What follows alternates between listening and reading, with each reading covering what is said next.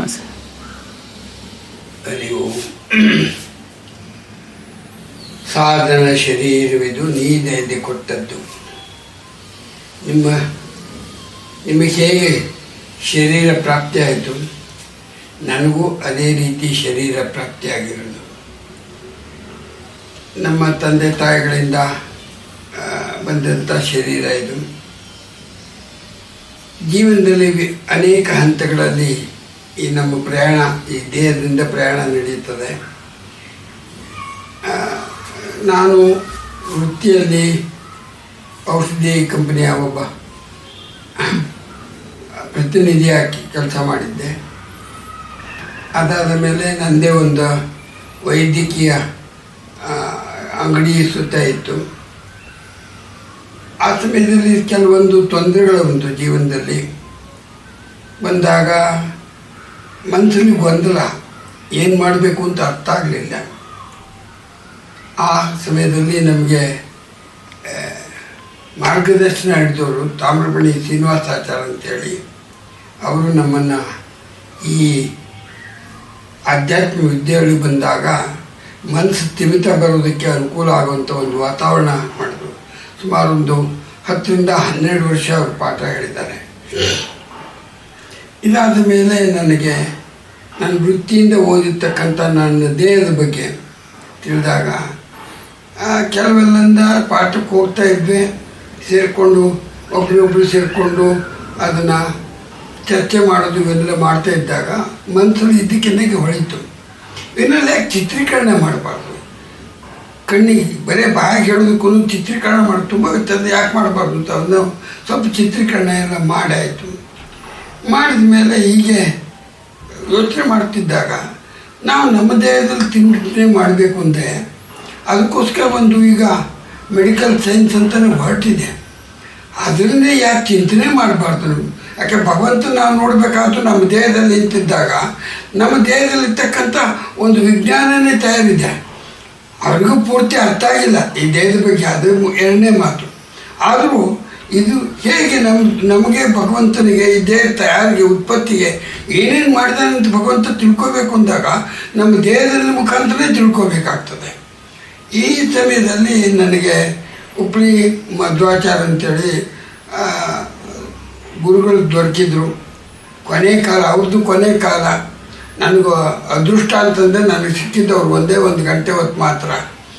ಅಲ್ಲಿ ತಲೆ ಮೇಲೆ ಕೈ ಇಟ್ಬಿಟ್ಟು ಆಶೀರ್ವಾದ ಮಾಡಿದ್ರು, ನಿಂಗೆ ಪೂರ್ಣ ಆಗ್ತದೆ, ಜನಗಳಿಗೆ ಹಂಚು ಅಂದ. ಈ ಒಂದು ಉದ್ದೇಶ ಅದು ಅವ್ರು ಏನು ಆಶೀರ್ವಾದ ಮಾಡಿದ್ರು ಅನುಭವಿಸ್ತಾ ಇದ್ದೆ ನಾನು. ಆ ಅನುಭವಿಸಿದ್ದನ್ನು ಜನಗಳಿಗೆ ಹಂಚಬೇಕು ಅಂಥೇಳಿ ಪ್ರಯತ್ನ ಪಟ್ಟೆ. ಆ ಸಂದರ್ಭದಲ್ಲಿ ಚಿಂತನ ಮಂತ್ರದ ಒಂದು ಗುಂಪಿನವರು ಬಂದು ನನ್ನ ಈ ಒಂದು ವ್ಯಾಖ್ಯಾನ ಕೊಡಿ ಅಂತ ಕೇಳಿದಾಗ ಕೊಟ್ಟಾಗ ಜನಗಳಿಗೆ ಭಾಳ ಸಂತೋಷ ಆಯಿತು. ಅದರಿಂದ ಹೌದು, ಈ ವಿಷಯಗಳು ಯಾರು ಹೇಳ್ತಾ ಇಲ್ಲಲ್ಲ ಅಂತ.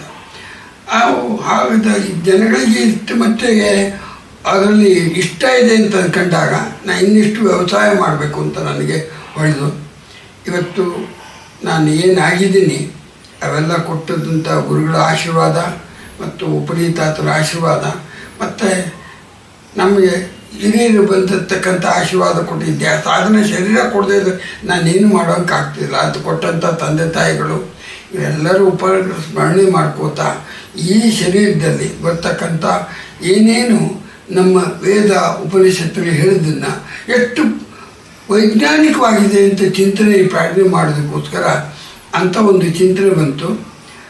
ನಮ್ಮ ಆಗಿದೆ ಅಂತ ಚಿಂತನೆ ಪ್ರಾರ್ಥನೆ ಮಾಡೋದಕ್ಕೋಸ್ಕರ ಅಂಥ ಒಂದು ಚಿಂತನೆ ಬಂತು. ನಮ್ಮ ಸ್ನೇಹಿತರೊಬ್ಬರು ಚಕ್ರಾರ್ತಿ ಮಂಡಲದಲ್ಲಿ ಏನೋ ಒಂದು ಸ್ವಲ್ಪ ಬರೀಲಿ ಅಂತಂದರು. ಬೇಕಾದ ಜನ ಕೆಲಸ ಮಾಡಿದ್ರು ಅಷ್ಟೊತ್ತಿಗೆ. ಅವ್ರು ಮಾಡಿದ್ದಾರೆ ಅಂತ ಚಿತ್ರ ಬರೋದಕ್ಕೊಂದು ಆಕಾರ ಕೊಟ್ಟು, ಸುಳಾದಿಗೆ ಒಂದು ಆಕಾರ ಕೊಟ್ಟವಿನ ಸುಳಾದಿ ಏನು ಹೇಳ್ತಾರೆ ಅಂತ ಯಾರು ಹೇಳೋಕ್ಕೆ ಹೋಗಿಲ್ಲ. ಆ ಟೈಮಲ್ಲಿ ನನ್ನ ಜ್ಞಾಪಕ ಬಂತು, ಈ ಚಕ್ರಾಬ್ದಿ ಮಂಡಲಕ್ಕೆ ನೋಬೆಲ್ ಪಾರಿತೋಷಿಕ ಬಂದಿದೆ, ಎಷ್ಟು ಚೆನ್ನಾಗಿದೆಯಲ್ಲ, ಇದನ್ನು ಯಾಕೆ ನಾವು ಪ್ರಯತ್ನ ಪಡಬಾರ್ದು ಅಂತ ಒಳಗಡೆ ಅಂತು.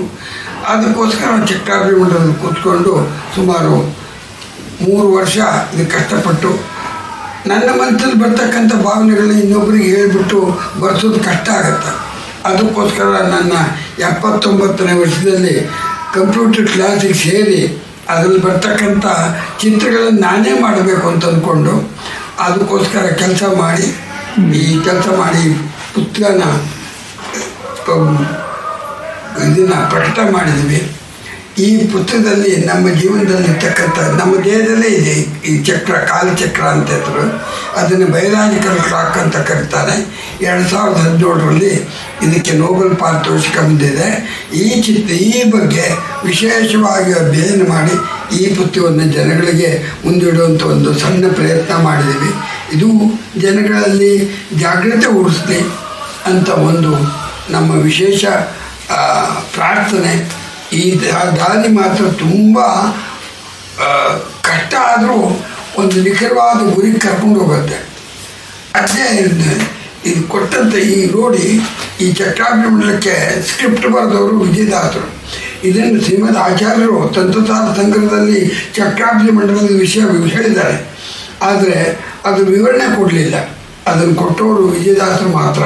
ಆ ವಿಜಯದಾಸರು ಸ್ಕ್ರಿಪ್ಟ್ ಕೊಟ್ಟರು, ಅದಕ್ಕೊಂದು ಆಕಾರ ಒಬ್ಬರು ಕೊಟ್ಟರು. ಆಕಾರ ಅಷ್ಟೇ ಸಾಕಾಗಲ್ಲ. ಆಕಾರ ಸಾಕಾರವಾಗಬೇಕು ಅಂದಾಗ ನಮ್ಮ ದೇಹದಲ್ಲಿ ಚಿಂತನೆ ಮಾಡಬೇಕು. ಅದೇ ಕಾಲಚಕ್ರ, ಅದೇ ಬೈರಾಜಿಕಲ್ ಕ್ಲಾಕ್, ಅದೇ ಕಂಕಣ ಆಕಾರ ಸುಳ್ಳಾದಿ. ಅಲ್ಲಿ ಗುಣಿ ಅಂತ ಏನು ಬರೆದಾನೆ, ಅವನೇ forcing energy within our body. ಅವನೇ ಗುಣಿ ಅಂದರೆ ಸೂರ್ಯ ಅಂತ ಕರಿತೀವಿ. ಆ ಸೂರ್ಯನಲ್ಲಿರ್ತಕ್ಕಂಥ ಸೂರ್ಯನಾರಾಯಣ ನಮ್ಮ ದೇಹದಲ್ಲಿ ನಿಂತ್ಕೊಂಡು ಎಲ್ಲ ಕಾಲಚಕ್ರವನ್ನು ನಡೆಸ್ತಕ್ಕಂಥ ಎನರ್ಜಿ ಕೊಡ್ತಕ್ಕಂಥ ಭಗವಂತನ ರೂಪ. ಅವನೇ ಗುಣಿ, ಅವನೇ ಸೂರ್ಯನಾರಾಯಣ, ಅವನೇ ಭಗವಂತ. ಇನ್ಬಿಲ್ಟ್ ಎನರ್ಜಿ ಅವನು ನೋಡುವಂಥ ಕಾರ್ಯಕ್ಕೆ ಈ ಸಾಧನ ಶರೀರ ಬೇಕು. ಆದ್ದರಿಂದ ಒಳಗೆ ನೋಡುವಂಥ ಕ್ರಿಯೇಟನ್ನ ಮುಂದೆ ಬರ್ತಾ ಇದ್ರ ಬಗ್ಗೆ ವಿಶದವಾಗಿ ತಿಳ್ಕೊಳ್ಳುವಂಥ ಒಂದು ಪ್ರಯತ್ನ ಮಾಡೋಣ ಅಂತ ಹೇಳ್ತಾ ಇವತ್ತಿನ ಕಾರ್ಯಕ್ರಮನ ಮುಕ್ತಾಯ ಮಾಡ್ತೇನೆ. ಶ್ರೀಕೃಷ್ಣ ಅರ್ಪಣ.